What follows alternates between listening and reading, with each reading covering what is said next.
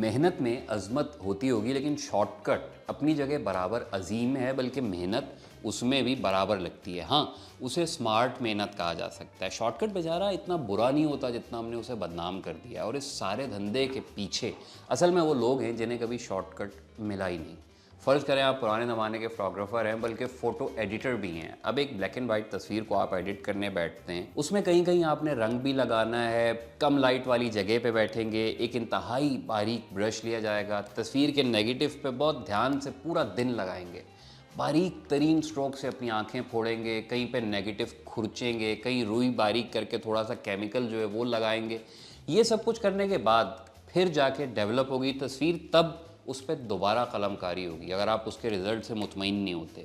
یوں ایک طویل پروسیس کے بعد ایک تصویر سامنے آئے گی جو آپ کے 24 یا اس سے بھی زیادہ گھنٹوں کا حاصل ہوگا۔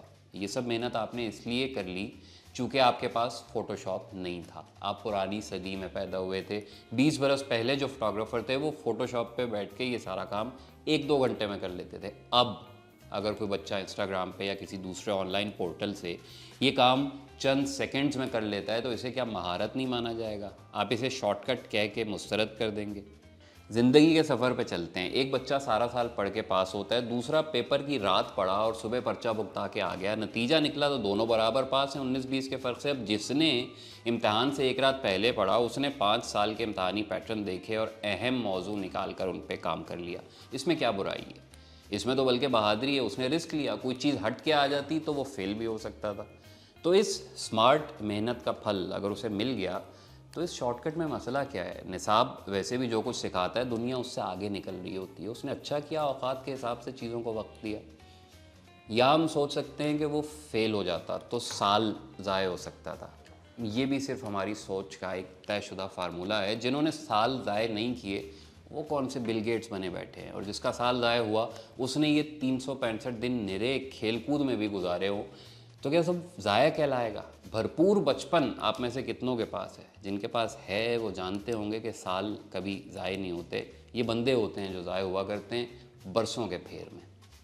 نوکری کو دیکھ لیں، ایک صاحب ہیں کہ جو 20 برس سے ایک ہی کرسی پہ بیٹھے ہیں، کوئی دوسرا آیا اور اسے سمجھ آ گئی کہ یہاں کام کیسے نکلے گا۔ اب وہ طریقہ جو بھی ہو، اگر دوسرا بندہ آگے نکل جاتا ہے 5-6 سال میں 3-4 کرسی اوپر پہنچ جاتا ہے، تو آپ اسے ملتے وقت وزٹنگ کارڈ پہ شارٹ کٹ لکھا ہوا دیکھیں گے یا ڈائریکٹر کا لفظ نظر آئے گا؟ طریقہ تھا۔ 20 سال لگانے والے ہمارے آپ کے جیسے تھے۔ نیا بچہ سمارٹ تھا، اسے غلط مت سمجھیں، خوش ہوں کہ ایک بندہ اچھا کھیل کے نکل گیا آگے۔ ہاں، یہ ماننے کی بات ہے کہ شارٹ کٹ دماغ کی گیم ہے اور وہ ہر انسان کے بس کی بات نہیں ہے۔ دنیا میں کتنے فیصد لوگ ہوں گے جو شارٹ کٹ پہ یقین رکھتے ہیں؟ تو باقی جو ہیں وہ شام و سحر خیریت سے ہیں اور اکثریت میں اسی لیے غلطیاں کر کے انہیں شارٹ کٹ کے کھاتے میں ڈالتے ہیں اور اسے بدنام کیے جاتے ہیں۔ شارٹ کٹ بس جہاں قانون سے ٹکرا جائے وہاں تھوڑا پیچھے مڑ کے دیکھنے میں کوئی حرج نہیں، باقی اللہ کا نام ہے۔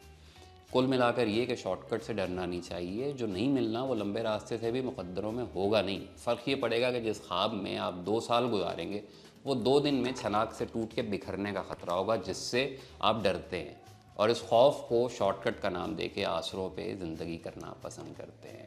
برائی اس میں بھی کوئی نہیں ہے، عین معزز کام ہے۔ شرفا کا چلن ہے کہ بھئی دھیرے دھیرے بس چلتے رہے اور منزل کے بجائے سفر کو انجوائے کریں، اس کا اپنا مزہ ہے، بلکہ نشہ ہے، لت ہے اور بہترین ہے۔ تو بس یہ ہے۔ شکریہ۔